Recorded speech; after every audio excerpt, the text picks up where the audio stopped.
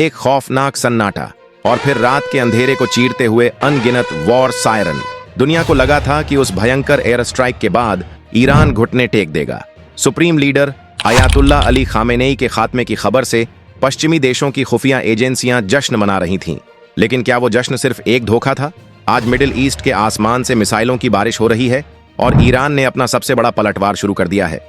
इसी बीच एक ऐसे रहस्यमयी सवाल ने CIA और मोसाद के पसीने छुड़ा दिए हैं। क्या खामेनेई अब भी जिंदा हैं? अगर वो नहीं रहे तो इस महाविनाशकारी हमले का कमांड बटन किसने दबाया?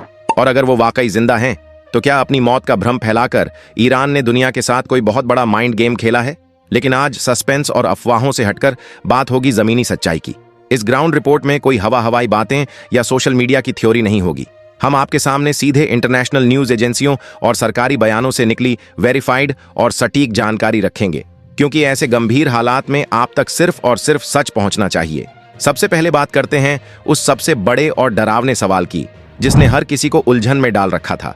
क्या सच में ईरान के सुप्रीम लीडर अब इस दुनिया में नहीं हैं, या यह केवल कोई कूटनीतिक छलावा है?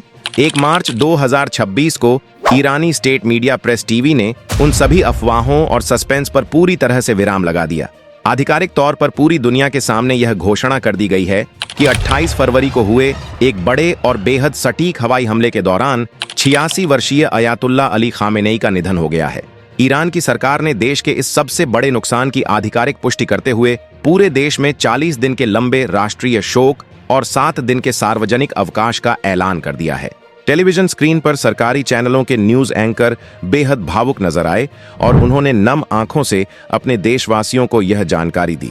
इसका सीधा और स्पष्ट मतलब यह है कि अपनी वर्तमान स्थिति को लेकर ईरान किसी भी तरह का कोई माइंड गेम नहीं खेल रहा है। तो अब वह अहम सवाल उठता है जिसने पश्चिमी देशों की खुफिया एजेंसियों की रातों की नींद उड़ा रखी है। अगर देश के पुराने और सर्वोच्च लीडर नहीं रहे तो इस वक्त ईरान की तरफ से जो यह अभूतपूर्व और तेज जवाबी कार्रवाई हो रही है, उसका कमांड बटन आखिर किसके हाथ में है? इतनी तेज और सटीक प्लानिंग करने वाला ईरान का नया मास्टरमाइंड आखिर कौन है?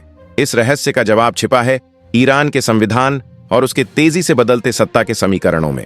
सुप्रीम लीडर के निधन के तुरंत बाद बिना कोई समय गंवाए ईरान ने देश को संभालने के लिए एक अंतरिम लीडरशिप काउंसिल का गठन कर दिया है।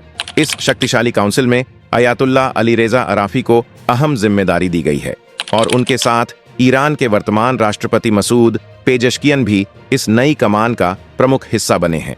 राष्ट्रपति ने स्पष्ट शब्दों में कहा है कि यह घटना उनके देश की संप्रभुता के खिलाफ उठाया गया एक बहुत बड़ा कदम है और वे इसका माकूल जवाब देने के लिए पूरी तरह से तैयार हैं। जब तक असेंबली ऑफ एक्सपर्ट्स किसी नए स्थायी लीडर का चुनाव नहीं कर लेती, तब तक यह काउंसिल ही देश के हर छोटे बड़े और रणनीतिक फैसले लेगी। लेकिन जब बात सैन्य फैसलों की आती है तो ईरान की ताकतवर फोर्स रिवॉल्यूशनरी गार्ड्स का अपना एक स्वतंत्र और बेहद मजबूत ढांचा है। उन्हें तुरंत पलटवार करने के लिए किसी एक व्यक्ति के लंबे आदेश का इंतजार करने की जरूरत नहीं होती। उनकी रक्षात्मक रणनीतियां और एक्शन प्लान पहले से ही तय होते हैं। यही वजह है कि 2 मार्च को ईरान और उसके सहयोगी संगठनों ने बिना देरी किए अपना जवाबी ऑपरेशन शुरू कर दिया। अब आइए बात करते हैं उस जमीनी पलटवार की जो इस वक्त मिडिल ईस्ट के आसमान में साफ देखा जा रहा है। ये कोई साधारण टकराव बिल्कुल नहीं है।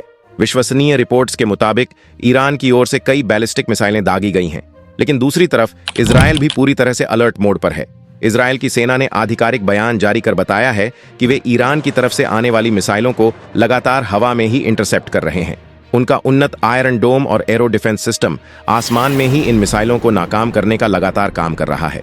इजरायली डिफेंस फोर्सेस का यह भी दावा है कि उन्होंने ईरान के कई मिसाइल लॉन्चर्स को पहले ही निष्क्रिय कर दिया था, जिसकी वजह से हमलों की तीव्रता उतनी नहीं हो पाई जितनी ईरान ने संभवतः योजना बनाई थी। इस घटना से पूरा मिडिल ईस्ट हाई अलर्ट पर है। हालात इतने गंभीर हैं कि अमेरिका ने अपने नागरिकों को तुरंत वापस लौटने को कह दिया है। कई फ्लाइट्स रद्द हैं और यूएन ने भी एक बड़े वैश्विक संकट की चेतावनी दे दी है।